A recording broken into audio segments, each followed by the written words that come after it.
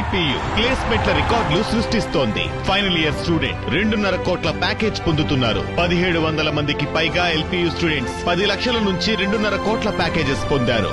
విద్యా విప్లవం ప్రారంభమైంది లవ్లీ ప్రొఫెషనల్ యూనివర్సిటీలో. అనంతపురం జిల్లా టీడీపీలో 2 వర్గాలు పరస్పరం దాడి చేసుకోవడం ఉద్రిక్తతకు దారితీసింది. ఎమ్మెల్యే బండారు శ్రావణి, టీడీపీ కార్యకర్త ప్రసాద్ వర్గీయుల మధ్య ఘర్షణ నెలకొంది. గార్లదిన్నె మండలం కనుంపల్లికి చెందిన ప్రసాద్ అనే కార్యకర్తకు ఎమ్మెల్యేకు మధ్య కొన్ని నెలలుగా విభేదాలున్నాయి. ఫీల్డ్ అసిస్టెంట్ ఉద్యోగంలో తనకు అన్యాయం జరిగిందంటూ ప్రసాద్ ఇప్పటికే పార్టీ అధిష్టానానికి, మంత్రులకు ఫిర్యాదు చేశారు. దీంతో ఎమ్మెల్యే వర్గీయులు, ప్రసాద్ కుటుంబీకులు పరస్పరం కర్రలు, రాళ్లతో ఘర్షణకు దిగారు.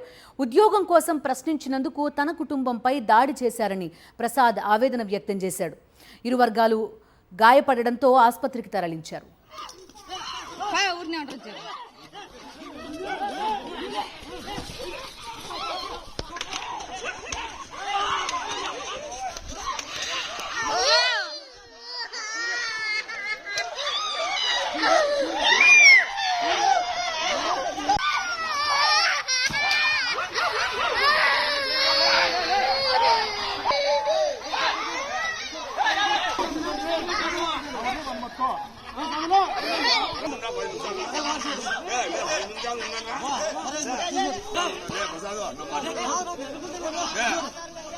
మాట్లాడుతున్నా